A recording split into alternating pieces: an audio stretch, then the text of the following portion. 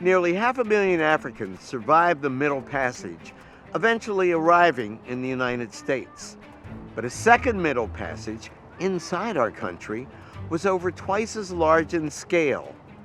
The domestic slave trade fueled the nation's booming cotton economy and in the process shattered black families. After Eli Whitney invented the cotton gin in 1793, cotton exploded as a cash crop. You have this technological innovation. The cotton gin makes it quicker, easier to separate the seed from the cotton boll itself. And you also have the Louisiana Purchase and the seizing of indigenous Native American land. As a result of that, you have this new land in the West. You have a demand for cotton and a demand for labor.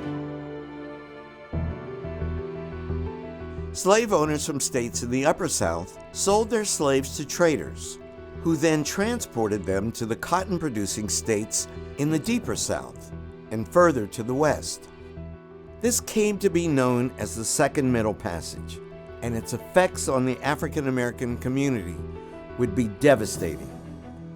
They were forcibly sold, separated from families, husbands from wives, parents from children, siblings from one another, forced to make these trips, chained and bound together, and clearing the way for settlement of white Americans.